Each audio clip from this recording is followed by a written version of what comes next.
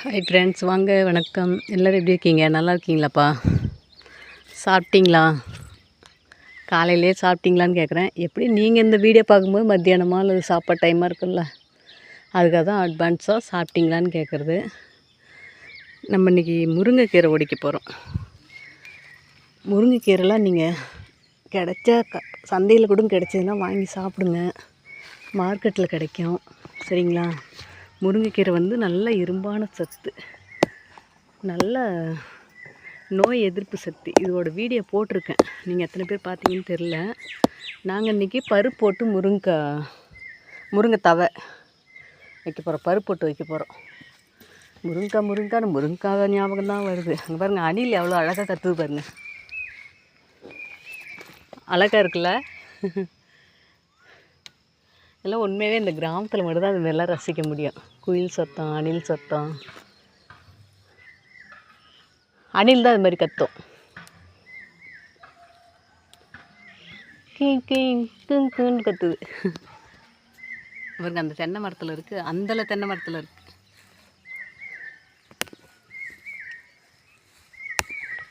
பாருங்க, அங்கே ஒரு தென்னை மரம் இருக்குதுல்ல, அந்த தென்னை மரத்துலேருந்து கத்துது.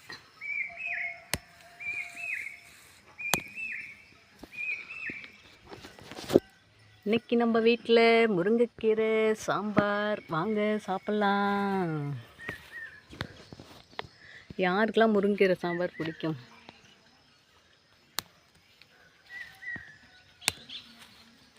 எனக்கெல்லாம் முருங்கைக்கீரை அவ்வளோ விருப்பம். வணக்கி உப்பு மிளகாலாம் போட்டு வணக்கி அது ஒரு ஸ்நாக்ஸ் மாதிரி தான் சாப்பிடுவேன். சைடிஷ் எல்லாம் நினச்சிக்க மாட்டேன். சாப்பாட்டுக்கு சைடிஷ்னு நினச்சிக்க மாட்டேன். ரொம்ப பிடிக்கும் முருங்கைக்கீரை. அதுமாதிரி பருப்பில் போட்டு சாப்பிட்றது முருங்கைக்கீரை சாம்பார். எங்கள் அம்மா, நாங்கள் கல்யாணம் ஆகாத முன்னெலாம் எங்கள் அம்மாலாம் நிறைய டைம் வைப்பாங்க. காயெலாம் அதிகம் வாங்க மாட்டோம் அப்போலாம். முருங்கைக்கீரை வீட்டில் தோட்டம், இப்போ சென்டரில் வாசல் இருக்கும், அதில் வந்து அவரைக்காய் பந்தல், சொரக்காய், புடலங்காய் இதெல்லாம் பந்தல் போட்டுருவோம்.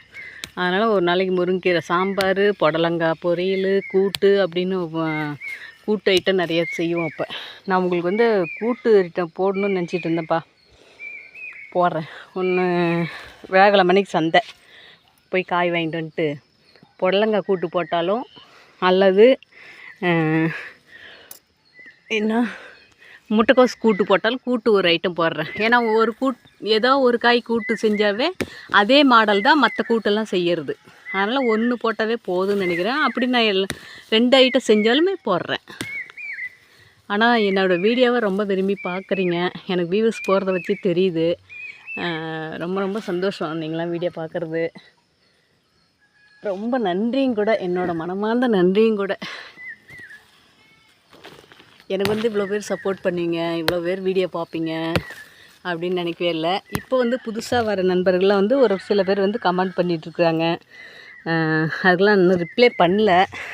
ஏன்னு பார்த்திங்கன்னா, வீட்டில் கொஞ்சம் வேலை. சின்ன பாப்பாவுக்கு வந்து குழந்த பிறந்திருக்கு.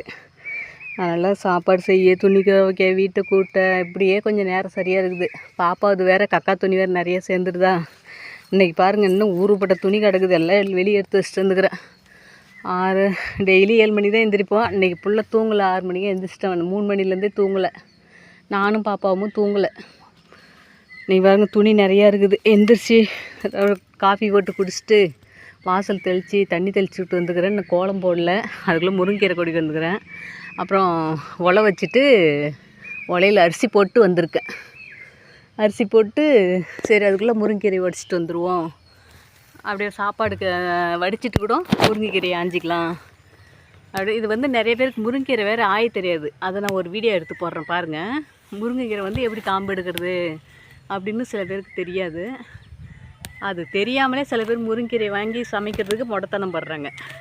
நான் வந்து எப்படி அதை காம்புலேருந்து எப்படி உருவணும் அப்படிங்கிறத ஒரு சின்னதாக ஒரு ஷார்ட்ஸ் மாரி போடுறேன் பாருங்கள்.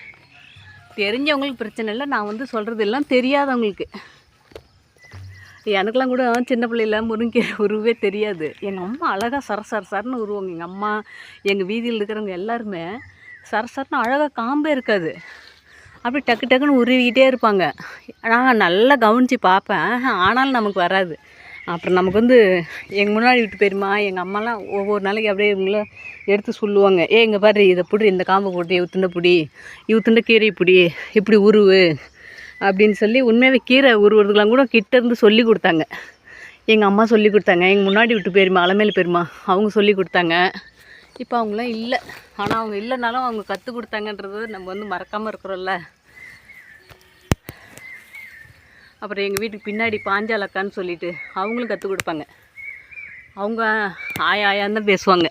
இங்கே வாயா, இங்கே வந்து உட்காரையா, என்னாயா இது ஆய தெரியாது, இங்கே வாயா, இங்கே வந்து உட்காரு, இதை பிடி, இந்த கீரை இப்படி பிடி, இந்த வாடலை பிடி, இந்த வாரத்தில் இப்படி காம்பு உருவு, ஏன் கீரை வராது போடும் அப்படின்னு இப்படி தான் சொல்லி கொடுப்பாங்க பாஞ்சால் அக்கா. ஆனால் பாஞ்சால் அக்காவும் இல்லை, இறந்துட்டாங்க. அவங்களாம் அப்போ வந்து இறக்குற வயசு இல்லை.